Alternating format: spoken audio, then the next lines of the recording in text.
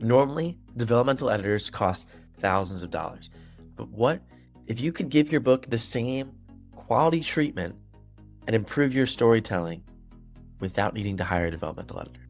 Okay, maybe that is a little bit of a hyperbolic claim for this episode because, in all honesty, our guest, Stacy Juba, today, she's not exactly arguing that you don't need a developmental editor following her advice, but her argument is that if you follow her advice, you're going to need less rounds of editing, because it's true that many authors, especially who are early in their writing career, might need or might even pay for multiple rounds of editing from a developmental editor. And let's face it, many of us spending that much money over and over again on multiple rounds is just not worth it. It's not something that we're able to do because we can't afford it. Like, it's not worth it because we can't afford it. Like, we wish we could afford it, but it's just money doesn't grow on trees necessarily. So that's where today's podcast episode comes in. How can you learn to do really good self-editing so that whether you work with a copy editor, a proofreader, a line editor, or even, of course, a development editor, they're able to take your story to the next level? Because, it's hard to take something that's really rough and make it really good in one pass, but we can take something really good and make it excellent in one pass. We can take something decent and make it really good in one pass. So that's what we're going to talk about today. And if I'm being honest with you, I could have really used this podcast episode 5 years ago because I was so focused on getting my work out and thinking even just through like more of the copy editing and the proofreading side of things and making it professional there. But the developmental, like how my story works and how my story flows together, was not something that I prioritized that much or even knew how to think about in the revisions process. And I didn't really learn to love editing or to love revising. And I think because of that, I didn't really put in the effort to turn a first draft into a polished final draft as much as I should have. And it's true that some writers write really clean first drafts, but for me, like when I was first getting started, that was anything but true. I think as I continued writing, got to eventually 12, 13 fiction novels written, it was like, okay, I'm a bit better at this now. But the tough part is that I still could have used my own form of developmental editing and being more of that for myself, because as I've talked about before, my read-through rate wasn't super high. It could have been a lot higher. And read-through rate, for those who don't know, is how many people buy book one and then go on to buy book two and read future books. So I knew there was an issue. And anyways, this podcast, we dive into how you can solve it for yourself in a way that's cost-effective, because you can use your own time rather than paying for someone else's expertise over and over again. Mind you, no one's saying that you shouldn't use a developmental editor. We're just saying that multiple rounds of developmental editing might not be affordable, so you can do this instead. Of course, we love our editors. They're super, super important. And in fact, Stacy herself is an editor who's coming on to speak with us today. With all this said, I'm going to share something exciting at the end of this podcast. It's a fun little update on a little project going on behind the scenes that's called Reader Meter. So I'll come back to that in the end. But for now, let's hop into this interview with Stacy. Stacy, I am so excited to have you on the pod today. And I want to learn about how you've come to being able to help writers with editing and organizing their books and all the things you do. But I actually can't resist just diving in straight up with a question, because I have a lot of issues organizing my books. I don't even want to get into it. It stresses me out, especially like when we think about like files for different retailers, different drafts. It's all a mess. It literally is such a mess where I mentioned this before we started recording, but I literally can't find my 12, like my books like are on Amazon. I don't know where they are on my computer, if that makes sense. Oh no. I'm like that bad. But I don't think I'm alone. I think a lot of us are just have all of our ideas and it's kind of chaos. So for someone like me who's like doing a lot of chaos, clearly needs some organization, where do I start? Because the idea of organizing feels good to me, but it also feels very overwhelming just in general. Like, I guess you can get the picture. Put you in my head, it's just chaos all around, all parts of the process. Yeah, I think writers are just so creative that the organizing and that's not as much fun as just writing.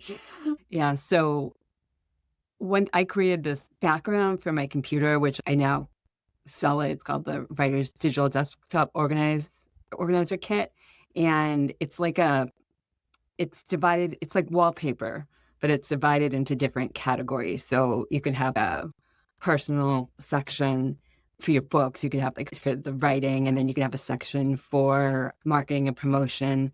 And then you can have a section for like your software things like that. So then you know how the icons on your home screen on your when you turn on your computer, like the background, the icons might be all over the place. Yeah. This Oh yeah. way, so you drag them, not drag them, but like the way it's set up is that you can put them into the appropriate column. So right there, that's one thing you can do. And you can make these Oh, yourself also on Canva if you look up like digital like wallpaper organizers also. And super then the next smart. That's like brilliant. It's simple, but I really like that because yeah, my if you look at my literally if you look at my desktop homepage right now, it's high key kind of a hot mess. yeah. But now it doesn't help if you still have folders all over the place and you never put them in the appropriate category. So you have to maintain it. And then Yeah. that I really recommend having like subfolders. So you might have a main folder like for your books. And then within that folder, you have a subfolder for like book one, book two, book three, book four. So that all your files relating to that book are in that subfolder. And then you might even break it down even further. You might have in that, what's the name of one of your books? What's Control the freaks is title of one of one of your my books? Okay. So you could have like, you have a folder for control freak. And then within that, you might have like your ebook versions. You could just call it like a subfolder called ebook versions. And then you'd have like your Kindle and all your different versions in there. Then you might have one on control freak graphics. And you have like ebook cover and yeah, you have a print book and ebooks. So you could have the covers there. And then you might have a subfolder for marketing where you have like press releases and marketing graphics. Put all your marketing graphics like in one subfolder. So that way, whenever you click on that control freak, you'll find everything. You'll find your manuscript, you'll find your covers, your marketing copy. And then obviously if it's not published yet, you just have one folder, keep it simple, one folder dedicated to your book. And I like writing it. I know I've had some of my clients have written their books like each chapter is a separate folder, but I think that's complicated. I prefer to do it just in one file, like one Word file, so that all your chapters are in one file. But you might have an older version and then you rewrite it. So you might want to keep like your older version just for reference, but then so you make a copy of it and then you do your edits in another version. So you can have that all just marked clearly so you know where everything is. And Google Drive is another thing. If you work in Google Drive, that can be a hot mess. Yeah. Also, trying to find things there. I feel like Google Drive search is not very good, which is funny. Yeah, but it's again the same thing where you try to have. Like I have it split up. Like I have projects. I have a projects folder for like projects I'm working on, and then you click on that, and might have 10 different folders within that for different projects, and then each of those projects, like if you go down even further, like if I'm working on creating a course, I have a working title for the course. That would be the name of the folder. Then you open it, and then there'd be subfolders. So that would be like there'd be a subfolder on lessons, and like subfolder on the module graphics for the thumbnails, and then a subfolder on emails, like onboarding emails for my students, and then a subfolder for like promotional emails and promotional graphics. So that you have to create all these subfolders, but the plus side is that you know where everything is. So I think that's the easiest way of like avoiding the files scattered everywhere is just really work on that one master folder and then subfolder, subfolder, subfolder. Okay. Yeah, no, that makes sense with file organization. I'm with you. And I that's like a very helpful framework for people to get started. And I think, yeah, it sounds like if you're like me, I try and do regular cleanup, but I get behind a lot. Like you probably want to make it like a schedule. Cause I know for me, how it ends up happening is like I end up creating a lot of things. I'm not keeping up with organizing. It's almost like cleaning your house. And then you get behind in it. And you're like, oh, I need some computer cleaning. So have you found like there's a is it like weekly, monthly schedule, or do you think nope, don't do that? Stay up to date with it constantly. I don't know if you have any advice in terms of it feels like there's a computer cleaning schedule here. Think whatever works best for you. Like, for example, right now, I'm working on a bunch of different projects on like deadlines. So even though I have that desktop organizer, I've been downloading all these photos, images from Canva, and then downloading stuff from Google Drive, and I don't want to stop what I'm doing to go organize it. So right now I do have a bunch of stuff just that has to be either deleted or moved into a folder. Yeah, so I don't want that to get out of control. So probably like for me, like once a week, I just go clean it up before it gets like too overwhelming. But during a lower week where I'm not working on all these huge projects, where it might be like just working on one project and I'm not downloading as much crazy downloading frenzy, then I might, do it as I go. It's a lot easier than if you're just working on one thing where you download something and then you put it where it goes. So I think it depends what you're working on. If it For now, I'm just juggling a bunch of projects at once, and I just trying to get them all under a deadline. I'm trying to get them all on my email scheduled, on my social media post scheduled. So I'm more concerned with that. But once it's all caught up, then I got to clean up this mess. Yeah. No, that makes so much sense. Okay. No, amazing. So then let's back up a little bit. Obviously, before you wrote all these books and you started on page one at a time. And I know even before you started at page one writing fiction, you've were a journalist for a very long time. So I'm curious, like, what kind of your arc was from journalist to then diving into writing, and what kind of was the eminence for you really diving deep into learning about editing? Because what's funny is I love that you know so much about editing, and I can't wait to talk all about editing. But it's also something I really don't like, which I think is part of why I need to learn it more, but also part of why I'm like, oh wow, a writer who like dove deep into editing. That's not for me. All the other parts of the process are where I get excited about. So I again, I love that you're doing this, but I'd love to have you walk me through, like, how did you go from journalist to writing fiction to then now being like an amazing fiction editor? I've been writing my whole life. So I wrote my first story in like third grade. And I wrote a novel in high school called Face Off, a young adult hockey novel. And I entered it in a competition for teenage writers sponsored by Avon Books. And I found out I'd won when I was a freshman in college. So I won a publishing contract. So that was my first introduction to working with an editor. And it was very overwhelming. They sent me long editorial letters of all the things they wanted me to change. And I was doing the rewrites like in my dorm room and had a few like tearful moments. Oh my gosh, how many calendars it's done? And then that book came out and it was very successful, but I still had 4 years of college. Yeah. And I had the benefit of working with an editor on that book, but for all the other books I was working on that were in my drawer, I didn't. So I still had to learn by paying my dues like everyone else. I had a lot of rejections before I found an agent. And then I became a journalist, which is ironic because I used to have no interest in journalism. And I didn't like the idea of anyone telling me what to write. I wanted to write what I wanted to write. But then when I got out of college, I saw an ad in my local paper looking for an editorial assistant. And I just felt really drawn to it. So I Yeah. started out as an obit writer and then eventually became a reporter. I met my husband there. He was a sports writer. And I got an idea for my first mystery novel there because when I started, one of my responsibilities was looking through the microfilm. And I had to find interesting, uplifting anecdotes like from 25 and 50 years ago today. Because there's this daily column like 25 years ago today on this date or 50 years ago today.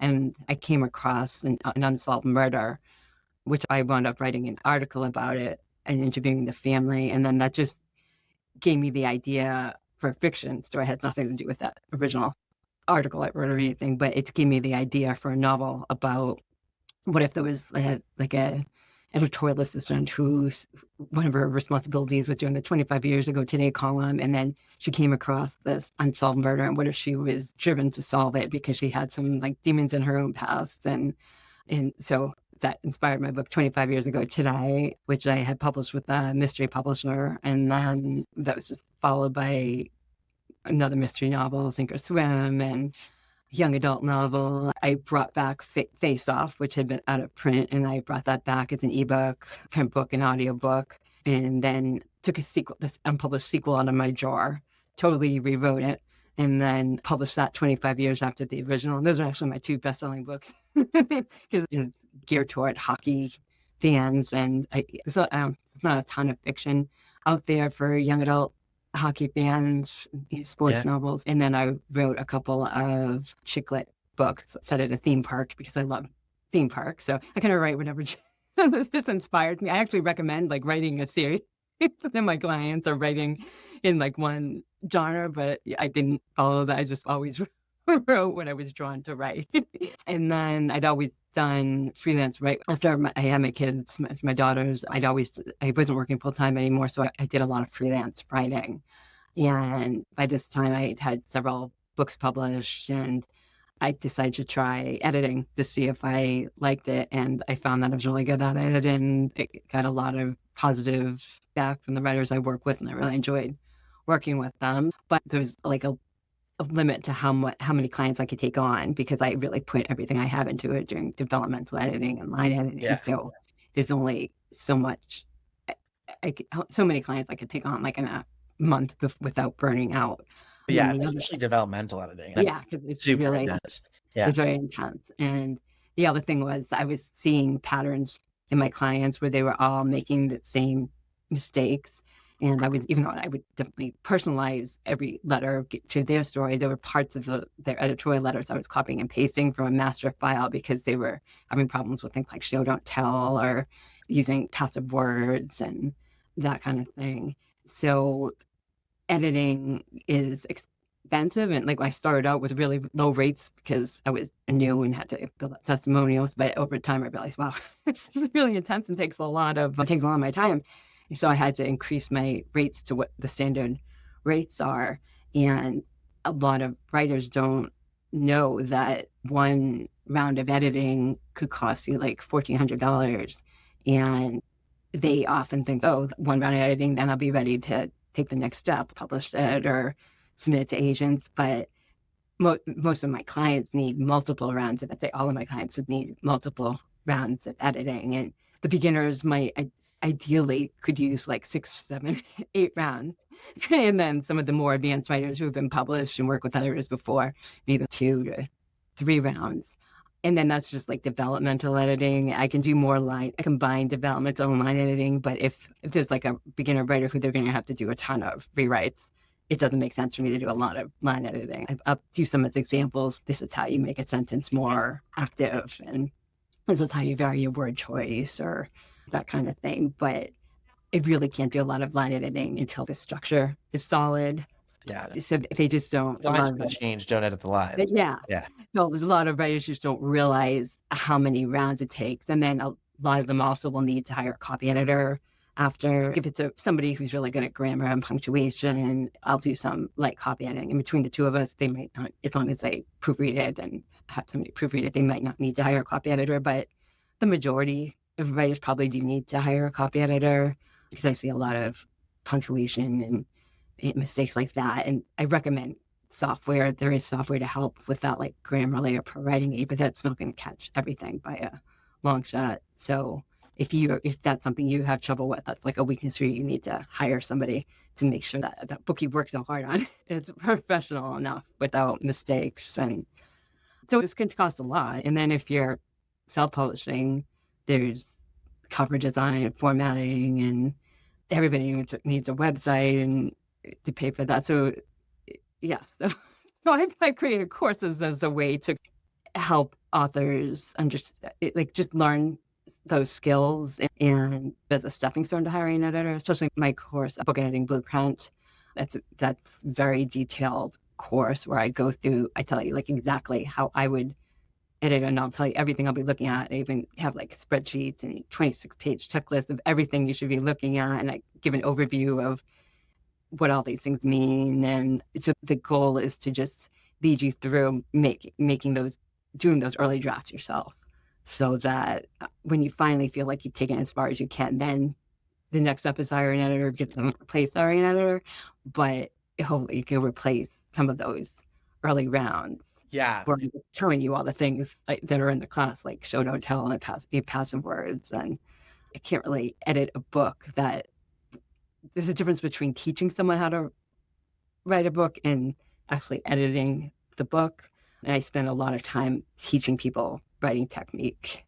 And it's just more affordable if you can like learn that in the course rather than work one-on-one with private writing Yeah. writing code. Yeah, no, that's so interesting because like it basically is like editing, learning how to think like an editor is a gateway to learning how to be a good writer. Because if there's less edits that need to be made, obviously that means it's a story that is shaped and is formed better. Now, when going from, let's say, like a first edition of a story to that second edition, or like that second round edit, where you might ideally you are just doing one edit on developmental and you're ready for a copy edit or a proofreading. Obviously, many times more rounds are needed. But if someone was going to like self edit their round and be like, okay, I'm going to look at my own story and I'm going to try and put my own little developmental editor hat on, and maybe I'll go do a round from developmental editor later.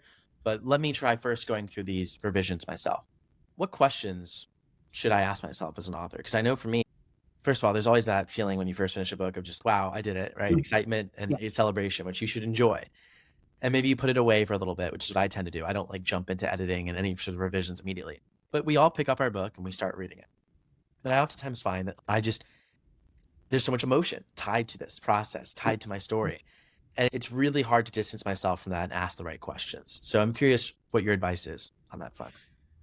First, you want to really focus on the main structure. Is it a solid structure? I actually suggest writing your blurb first, or writing your blurb either as you're writing the book or before you're writing the book, or definitely by the time you're in the editing stage, because I see a lot of blurbs from clients that don't match the book necessarily. Oh, yeah. And the blurb has to really have the main essence of who's it about, or what's the journey, and what are the main obstacles or conflict. So a lot of times I'll see blurbs where if they're just so vague, and then I go back and I look at the story and it's missing a lot of, it's missing like it's more episodic rather than building in momentum to pivotal plot points. And that's why they had trouble writing the blurb, because there wasn't really much pivotal events to write about. Or I might see it where it's just really long and there's all these characters, and then I go look at the book and it's just unfocused.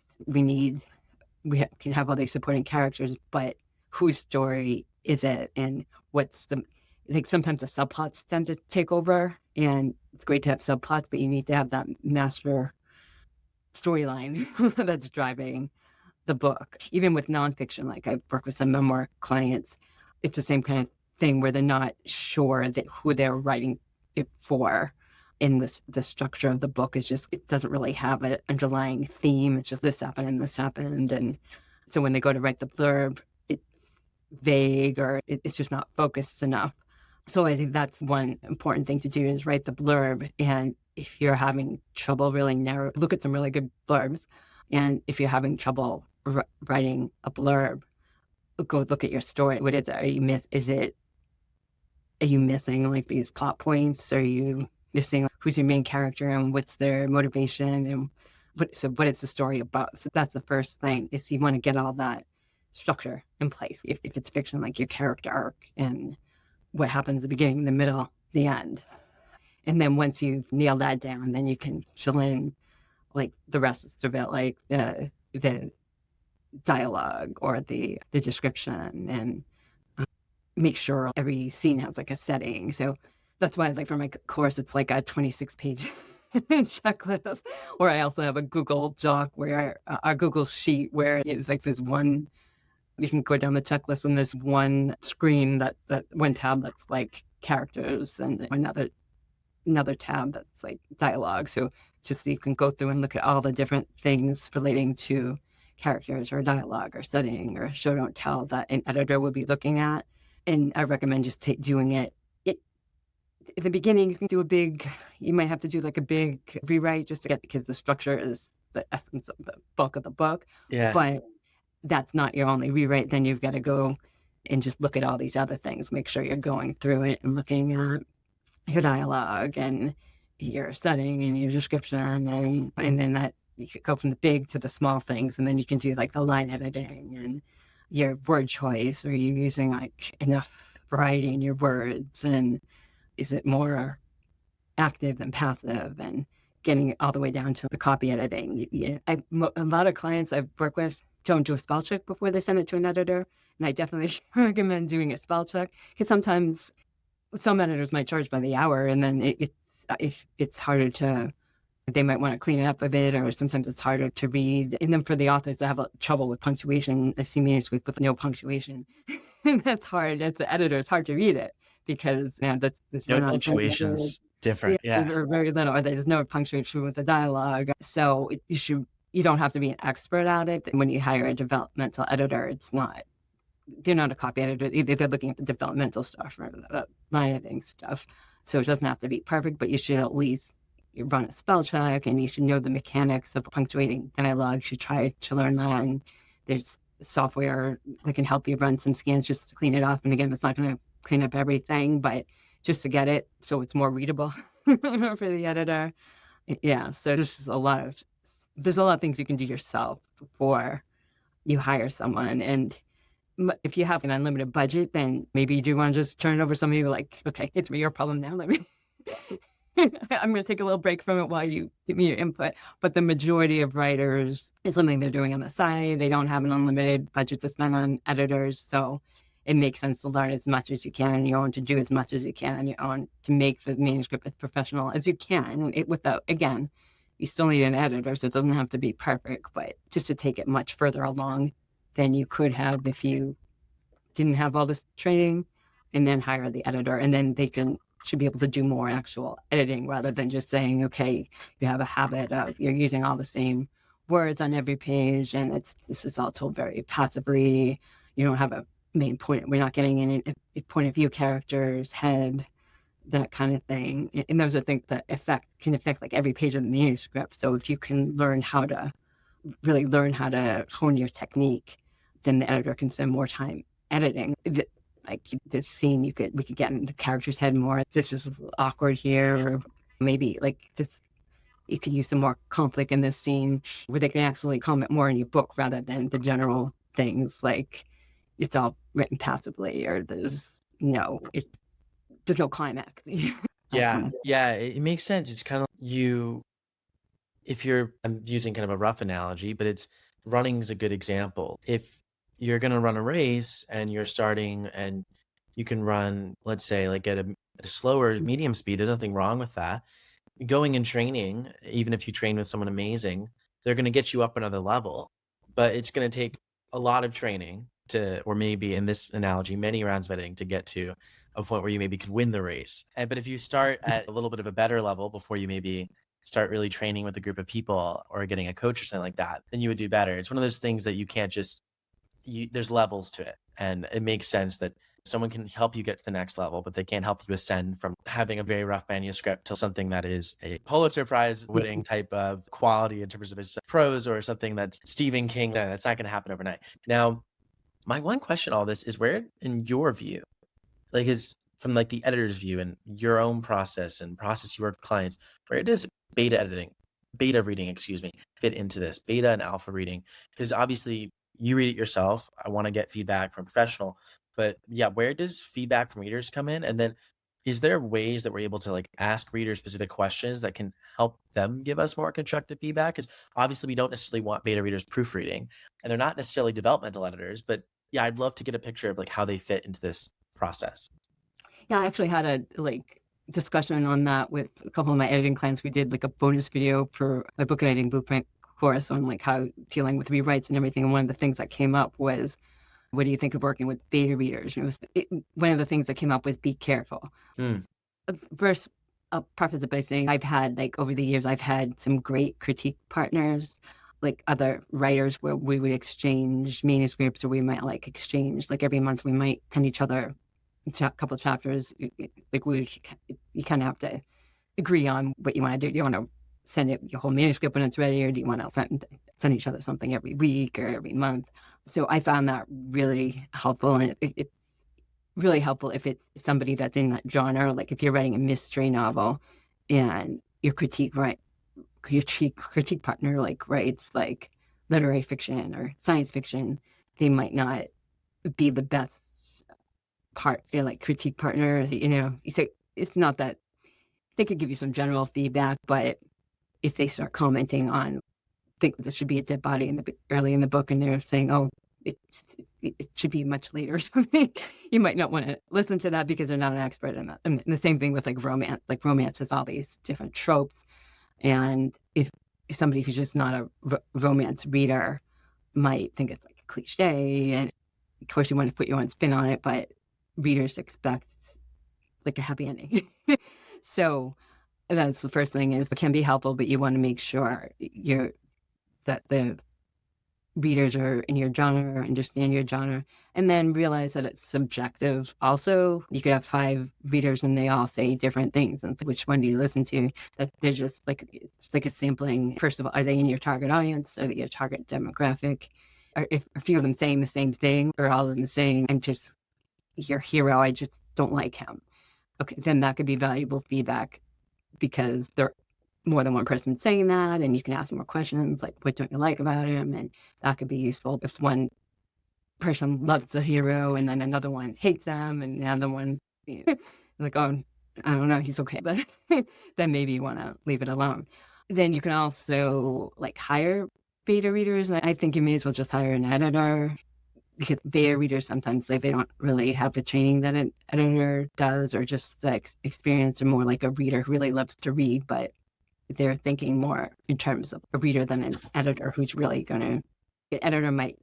A beta reader might be able to say, "Yeah, I don't like this or this," or when he said this, but an editor should be able to help you, give you ideas on how to fix it, like what to do about it, where a beta reader might not have that knowledge of what to do about it. And then one of the things that came up in that discussion was like beta readers, like there's some like sites where you can pay for like beta reader, like the site will, you pay like a certain amount of money, and then the site will distribute your manuscript to a bunch of beta readers who are really just readers that like reading books and giving feedback on them. One of the issues that came up was a lot of these beta readers don't wind up reading the book. You're spending money, and you might spend like $300, and you get 3 or 4 people that will actually give you feedback, and then sometimes the feedback doesn't really, it's not that helpful.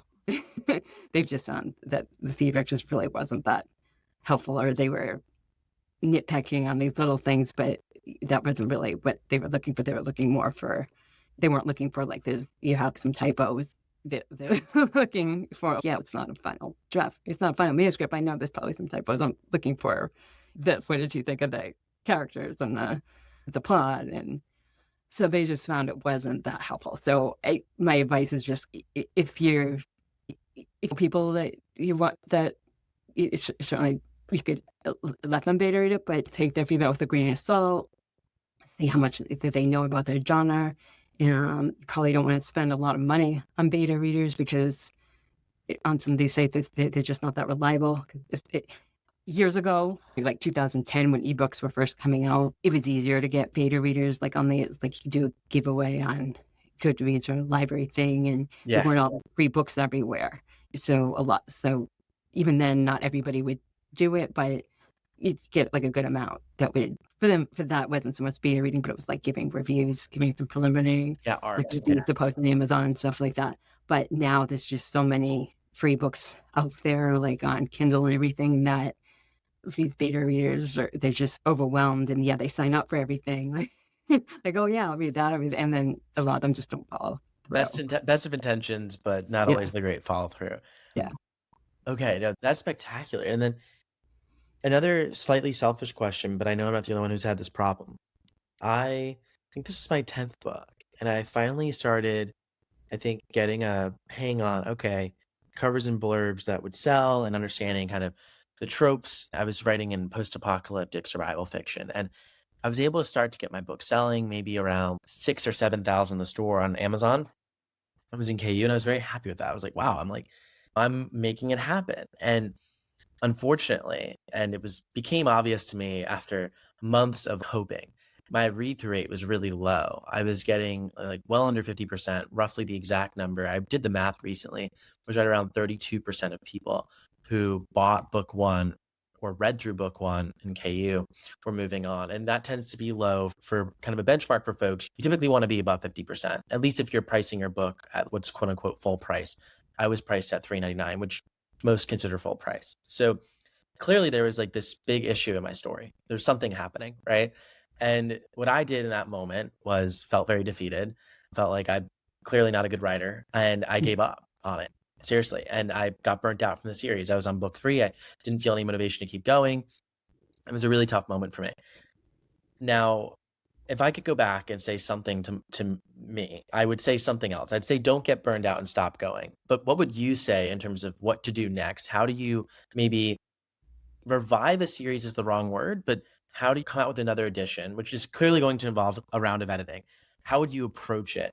I've I've heard that a series usually doesn't start to take off till around book 4.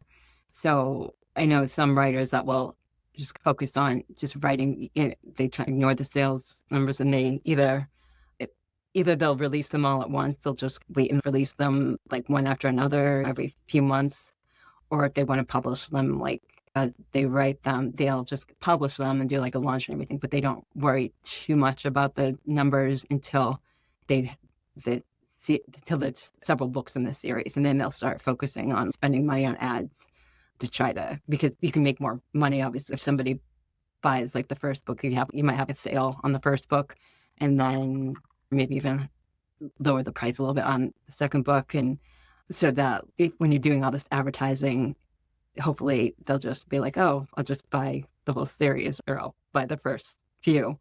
So that's one strategy, is just not worrying about it too much until you have good 4 or 5 books in that series, and just really then you just focus on ads, and even like Amazon ads. I run Amazon ads, like AMS ads, like for my hockey books, because they're very like niche books and they do well on that. But like for my chick lit and mystery, I don't really do that, because I found that this is so competitive. You have to bid like higher on keywords and everything. But if you had like a series of several books in that, because a lot of people they'll buy my first book, they'll see an ad, and then they'll buy the second book. So I imagine if you have a series with 5 or 6 books, if you can, it makes the ads more worthwhile in a competitive category like that, because when they see the ad like for the first book, then they're like, oh, is this like a series? So they might buy more of them. So it's like you can do more of that once you have several books. But another thing I would say, just like sometimes people like on KU, I think they just download everything, or they download books that in genres they don't even like, or they might have seen it somewhere. And so the readers who aren't finishing it or aren't buying the next one, they might not be your target demographic. They could just be like KU readers who are just like, oh, that sounds interesting, I'll try that. But maybe they've never read a book in that genre before, or they got distracted by something else that it might not necessarily be your book, that there's something wrong with it. It could just be like the reader. And that's an issue too, with a lot of, like with the free days, like with KU, like when you can have like free days, free people will download anything for free, and then they'll forget they downloaded it, and then they'll put like a negative review of something like, I hate science fiction. I didn't know this was science. I thought this was just like a suspense novel. It's a science fiction. If you read the blurb, and you would know. And then if you have like the 99-cent sales, if people will just buy things, and they might not be your target audience, so they're not going to respond in the same way. So you just have to decide, are you in it for the long haul, where you want to write more books in the series and wait it out and then see how it goes, which is a risk too. You don't know if you can put all that work into it, and you don't know if it's going to take off. Or was that like, yeah, if this was a lot of work, I don't know if I want to do anymore. Either option is fine. But yeah, so I think I would just say, don't take it too personally. It's just to be expected. I think you have to, it's pay to play for when you have like a series that once you have those early books in it, it's the ads that can really help it take off. Just so you get like BookBub ads and you have a series. And No, it totally makes sense. Totally makes sense. Okay. Yeah. No, this was great, Stacy. We covered a lot of ground. And before we go, I want to make sure folks know where we can find you online and all of the things you have in your shortcuts for writer's world. I guess website. I'm calling it world. It's a world. Yeah. Yeah, so they can go to shortcutsforwriters.com, and then that also has a link to my books and the navigation but to my stacyjuba.com website. But if they're writers, I have a free 5-day line editing class, a free looks and gazes guide. Number one overused word I see is look. Some authors like use it like 500 times. Like every page will have look. So that's like a preview of my Energize Your Writing Toolkit, cheat sheets for character emotions, which is like a directory of like over 4,000 nonverbal cues in 21 different categories, like Ooh. anger and happiness, boredom. So I have many courses like that. My Energize Your Writing Toolkit. I have one on called Inside Voices about writing internal dialogue. I have a $9 Book Blurbs Made Simple course. Then I have my Organized Author course, which is my signature course on organization. Book Editing Blueprint is my big like writing and editing course. So I have something at all different small and different price ranges, and or depending on what you want to focus on. And I'm also into like holistic things. Also, I have a vision board toolkit for writers, Oracle cards course for writers. Tap into your creativity. Oh, cool. I love that. Yeah, if they go to my website, there's like a free tab. They can click on that and get some of my freebies, like an introduction to my style. And then I have a free Facebook group also, the Shortcuts for Writers Facebook group. It's amazing. Okay. I will link that all in the show description. And yeah, Stacy, it was fantastic having you on. And yeah, I hope you have an amazing rest of your day. Thank you. Thanks for having me. All right, and that's it for this podcast episode. Super grateful for Stacy coming on, and definitely feel free to check out Shortcuts for Writers. She's doing some great stuff over there. And I'm also going to be doing a guest blog on Stacy's newsletter, and it will be never before seen. So if you're not subscribed to Stacy's newsletter, you'll be getting something special from me over there in the coming weeks. Now, I promise something on this note, and I do have something on this note of being your own developmental editor, which is that I don't know about you, but for me, there's so much emotion tied up in my work that it makes it really hard for me to actually evaluate my work in a way that's honestly, intellectually, and honest to the story, right? Because we want to make an amazing experience for readers, but there's so much about the story that we just hold close to our hearts. And that's, again, where working with outside professionals can be super helpful. But I never had the money to really afford this, especially multiple rounds of developmental editing. Like that was never in my budget. So how can we supplement this? And I like to think of scouting. I'm going to be writing an article about this soon in the newsletter, but you're getting a preview of this here. So if you're familiar with Moneyball's a really interesting movie, it's a great movie. It's about the Oakland Athletics and how they essentially had this analytics revolution inside of their scouting department. They basically used data to find baseball players that were undervalued. Essentially, they were not rated as highly as they should have been. They weren't being paid like they should have been. And they basically acquired them and got them onto the team for cheap, knowing that they actually were worth more than that. And then because of that, they were able to build this great team of like scrappy, underrated players that were actually able to win, right? And win the championship. So what does that look like for writing? What is this similar evolution? I think we can use a lot of data to actually inform our own revision and our own craft. And it's data that we don't typically have. Specifically, what we want to understand is when do readers stop reading our book? At what page are they most engaged or least engaged? What is their binge rate? Like how fast are they reading our stories? Which chapters are they reading at a time? And this is where Reader Meter comes in. I talked about this project roughly 6 months ago when I quit my job at Mr. Beast to come back to the industry. And I'm excited to share some updates that progress behind the scenes is going pretty well. I'll be sharing some screenshots, I'm sure, in the next 30 days or so. And I'm really targeting release before the end of this year. That should be doable. If you're not part of the waitlist yet, go to readermeter.io. You could join. It's going to be available for a lifetime fee. And essentially, there's going to be 2 price points for the early people who join. So if you like join, I guess, over the next, when I'm in beta, you'll be able to get lifetime access to the platform for just $99. And then the normal price is going to be $199. And think of it as like your ultimate beta reading tool. You upload your book and you can access readers both on the platform, but then you can also bring your own readers in.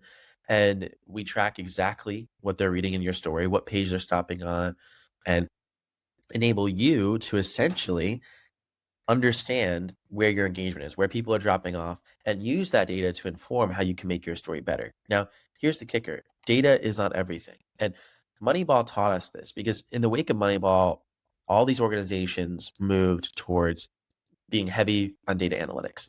And there was this moment where people thought, is scouting going to die as a discipline in baseball? But the truth is that scouts are more important than ever because there's more scouts than ever, which is wild. Like the scouting is a bigger discipline in baseball now. And I think this is a similar analogy to how data is going to play a role in authorship. Data doesn't tell you the answer. Data just gives you a window into thinking differently about your story. And it's ultimately up to you, the creator, to be able to decide, okay, what do I know about the reader experience, about myself, and about the genre the data isn't telling me that I can then use along with this data to make a better story? So data is super powerful. You need both. But what's amazing is that Reader Meter is an empowering tool. It's not going to tell you how to write your book. It's just going to give you windows into how you can make it better. With that said, I hope you join the waitlist. It's readermeter.io. As y'all know, I've been working on many projects because essentially, for those who haven't kept super close pace, I quit my job at Mr. Beast back in February, came back to the industry. And before that, I had also worked on a company in the industry that many of you, I'll leave it unnamed, but pretty big software platform that was built. So after graduating school and doing that, then did Mr. Beast. And then the last 6 months have been like in this really fun phase where it started off where I was like, okay, like I'm going to do, you know, Reader Meter and Author Sidekick. And a second business evolved from that, which is Creatorwood. And Creatorwood's very serious and it candidly takes up more of my time. But secretly, I had done most of the work before Creatorwood even was a thing, like in the first 3 months of me being back in the industry, to set up the foundations for Author Sidekick and Reader Meter. So now I'm at the stage where it's like Creatorwood's and I'm getting into a better place where I've kicked the foundations off there. It's not quite done, but the foundations, obviously, there's still a lot more work to be done. But I can start devoting some nights and weekends to pumping out everything I want to do to build out Author Sidekick and actually complete, I think, the product experience. Because once I get some things out, specifically Reader Meter, and then the sort of Reader's First course, which is probably going to be change the title, but at least that course, I feel like I will have completed my arc and the experience I want to create to really help authors. So once I do that, that's great. And I think that there'll obviously be maintenance and stuff, but for me, that's something really exciting. And then Creatorwood now is like this much bigger thing that I'm working on as well. So it's been a great year for me. If anything, my vision has expanded and there's been way more opportunity. But I'm not leaving y'all hanging with Reader Meter. It's something that is a priority of mine and that it's been really cool to see over the last really couple weeks, like actual progress made behind the scenes. So I've been very quiet about it, but quiet about it deliberately because I haven't wanted to set too many expectations. But getting to the point now where I feel comfortable in saying that beta should come out before the end of this year, and I'm excited for it. With that said, hope everyone has an amazing rest of your day. Thank you so much for listening. If you like this podcast, please share it with friends. We passed 10,000 downloads recently, which is nuts. That's crazy. I want to hit 50,000 next. So let's go. Let's do it. And with all that said, hope you all have an amazing rest of your day. And as always, don't forget, together we are boundless.